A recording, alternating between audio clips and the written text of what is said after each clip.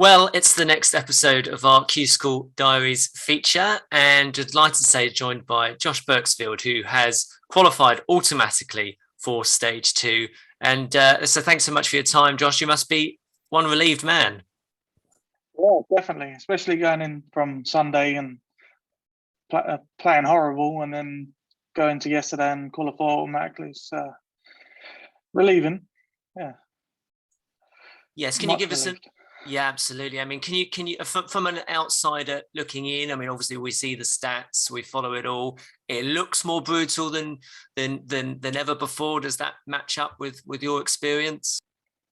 Yeah, I think it's more nerve-wracking because like you've got to qualify to get to the last 128. So having a bad start going into the next days, you either need to pick up points or have another good day on the third day. So it's brutal. The games are tough. Everyone wants to be in that last 128. And it's it is a relief to get through automatically, I would presume, because some people use the argument of, oh well, you can always play another day and get some more practice in. But I guess having that day off is a bit more of a relief.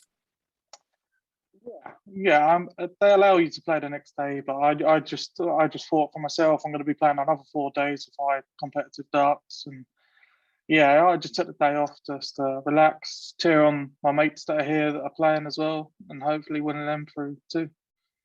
Yeah, who are they? Who else have you gone up with, and who are you cheering on? So I went up with one of my good mates, Brad Quelch, but I'm sitting there with Dan Reed, Paul Hogan, James Betts, all good all good prospects, as you can see. Dan Reed, I think, is on 5 points, I think, and I think he's still playing actually. So, yeah, he's going all right. I think Hogan lost early rounds. It was a bit unlucky there, and just a few missed doubles, and I think that's the main thing. Like the doubles are just to get you through those first early doors, especially if you've got like a prelim, and then you then have to play another game just to get a point. So it's not. I've been quite lucky with my draws. I had a bye through the first round on Sunday. Obviously, I didn't capitalise on it, but then yesterday I took it by full force. Yes, let's talk about that, because you only dropped 6 legs all day. I mean, that is really, really impressive.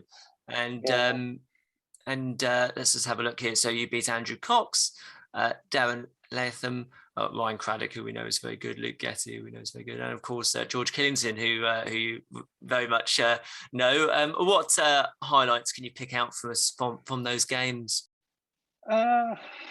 I think most of my game was quite consistent. I was steady. I was hitting the right scores and just winning my throw a lot more, and I was breaking early. I think. I mean, once you break early, it just gives you that little bit more confidence during that game, because then you know that maybe you can afford to drop one leg and go forward. But I was just going into the mentality is win my throw, pressure theirs, and I think it's the same for everybody really. But I mean, the playing George to get through it was very, very hard. He's a very good friend of mine and a very good player in himself. Yes, absolutely. And for those that don't know much about yourself, Josh, what does a typical week look like in terms of your darts? Well, I play Middlesex Super League on a Wednesday, Berkshire Super League on a Friday, and I've been doing a lot of comps prepping for Q School. I practice now and again. I play for a Thursday team in a local league, Charlie Dukes, and yeah, it's quite busy, quite hectic, and obviously with my work as well, I work making darts, so I'm always surrounded by darts. So it's quite fun to be with. Oh, that's interesting. Yes, tell us a bit about that business. Yeah, so I work for Retriever Sports. They're a dart manufacturer for quite a few big companies. But yeah, I work as a CNC machinist. So we make a lot of batch darts, so like 50 sets to 100 sets to quite a lot of interesting darts being made. I guess they don't need to look too far for a product tester in that situation.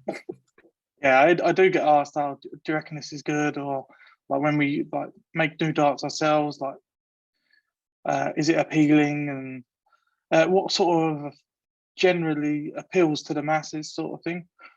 I think that's the main thing with darts recently. I mean, there's a lot of odd darts that have odd different grips and might not go well with a massive community, but like main straight barrel ring grips and stuff like that, normally quite good. Interesting, love it. Obviously, just talking a bit about the event itself. I mean, obviously last year it was in a bubble, it was all self-marked. This year, obviously they've got COVID secure restrictions in with LFTs. What have you made of all that? Do you feel safe playing? Are you thumbs up? Yeah. I mean, it's very good. I mean, they're as the PDC are, they're very professional about it. You get checked before you even go into the building. When you sign in, face mask worn all the time, walking to and from bar areas, playing areas. Apart from when you get across that line onto the board, then you can take your mask off and stuff like that. So it's very well controlled. It's been good. Yeah, fingers crossed. It's no outbreaks, so let's hope that continues. Yeah. So you're back on the board tomorrow for stage 2. What are your hopes for that? I've tried not to sort of set myself really the bar, but I just want to play my game. If I know I can play my game, I can do what I did yesterday, and well, it just all happens on the day, really. I mean, take each day as it comes, and just play my game. That's all really I can say.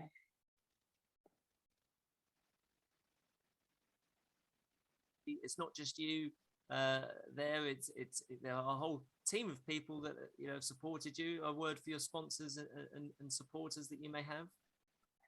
Yeah. So yeah, it's been great actually with the support I've had. Steve Goddard, massive shout out to him, SBM management. So it's been great. I mean, I feel relaxed. They help me out, and hopefully, looking forward, it should be great. Yeah, just last question. I mean, obviously, it must be nice to have support and backing from someone like Steve to so it isn't just all on your shoulders. Yeah, I mean, he's very good. He just lets me get on with my game, and he's just there in the background, just like cheering me on. Like, he sent me loads of messages yesterday while I was playing. Obviously, I had my phone switched off, but afterwards he was praising me and that lot. But it's nice to have that break and have that ease as such. I think a lot of players need that, just to be able to just let loose, play your game. Because I mean, obviously it's hard for people backing you because obviously they're putting money forward. But obviously for the dart players themselves, they've got to get into that environment and play in those sort of atmospheres and like play your game. I mean, it's nice. It's a nice feeling. Amazing. Well, thank you ever so much for your time, Josh. Really do appreciate it, and we wish you all the very best for Wednesday and beyond. Thank you very much.